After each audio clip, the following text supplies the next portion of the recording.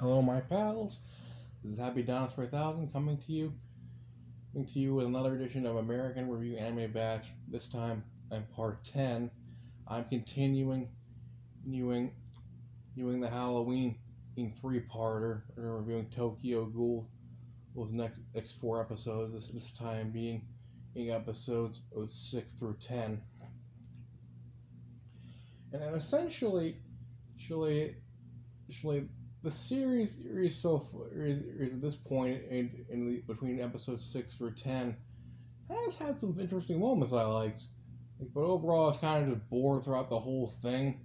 And I was more excited about my dad popping in my room when to basically just say, you can clean this room. Well, that'd be nice. Hey, son, I'm proud of you, son. That was more exciting to me than roughly 75% and of these 4 episodes. So, but what I did like I found the whole thing with episode. I think it was episode 6. It's the fight between in the ghoul that it's college kid's blood. It seems like a creeper that actually I'm glad that they kill him off. He's the guy that was like, if you watch last Halloween, the last part or this one of my Tokyo Ghoul room, and I'm glad he's dead. He seems like a freaking creeper. He likes human veal. Is what we dinosaurs call these creepers. And I'm just happy to see that guy dead.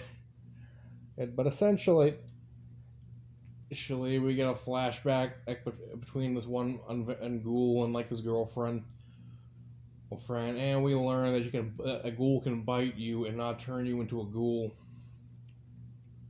Well, one thing I think was interesting too was after this is I think I mentioned this one vampire mother, and there was this one Tokyo Ghoul mother. I know I say vampire, but it's kind of very similar. But basically, this Tokyo Ghoul mom turns her daughter into a Tokyo Ghoul daughter, and essentially, the vampire hunting police. He's as my favorite character of the show. Oh, I'll get to that later. He basically beheads it's the Tokyo Ghoul mom, with her kid there, and later, after. The blue-haired girl, who tries to basically fight and avenge its Tokyo Ghoul mom. After basically what I think is a breaking character for the ghouls, where the leader of them is after blue-haired ghoul lady is let's get revenge on those bastards for slaying our friend, and their leader's nah, we mustn't get revenge. It is too childish.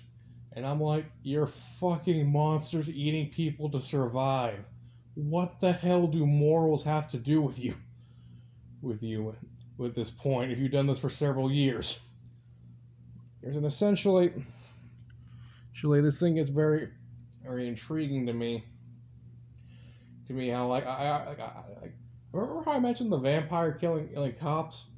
There's one of this old man vampire cop when the blue-haired Tokyo Ghoul is getting revenge. She kills one cop, up's best friend and partner, or in front of him, and the old man vampire cop just saves him saying stuff see your best friend killed by a ghoul.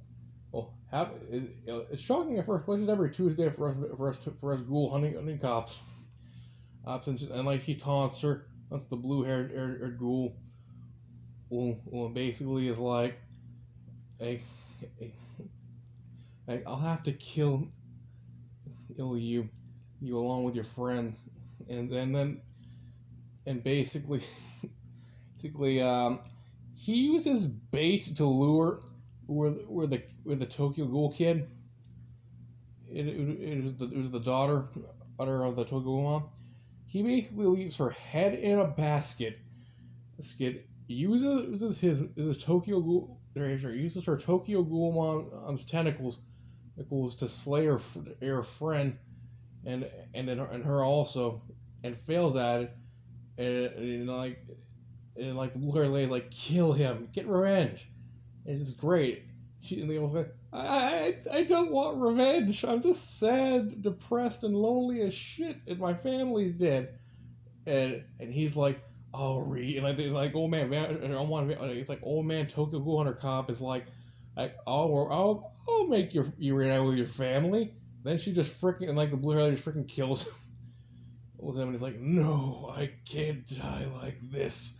And I'm just like, no, you maniacs, you've killed him, my favorite character.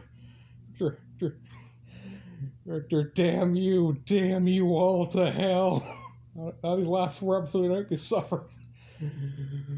But anyway, this is basically where it ends up. We find out the old man vampire Hunter Cop was a husband. Has been as far as we can tell.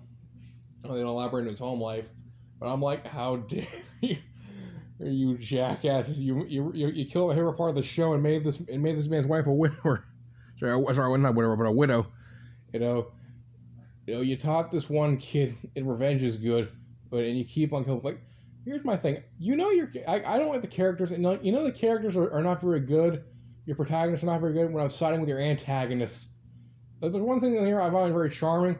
When, like, after the one vampire Hunter Cop dies, just one of the regular ones, his partner goes up to old man vampire Hunter Cop's partner, and he's basically talking about, like, I used to pay for all my partner's meals, man. I used to pay for all my friends' meals. He's dead. I ain't got nobody's meals to pay for now. Like old man vampire Hunter Cop's sidekick / partner is like, he just eats an entire bowl of like ramen or something. And he's like, now you do. And the guy whose partner died, and he's just like, well, there goes my paycheck. He's smiling. That part was nice. But overall, I just found this series very boring, aside from a few parts. Like, I'm more invested in the antagonist rather than the protagonist, which should not happen. But essentially, I give this No Dinosaur approval, and I give it I think 4.6 out of 10. That's my review. Thank you all for watching. Have a very happy day, and happy Halloween, and goodbye. See you later.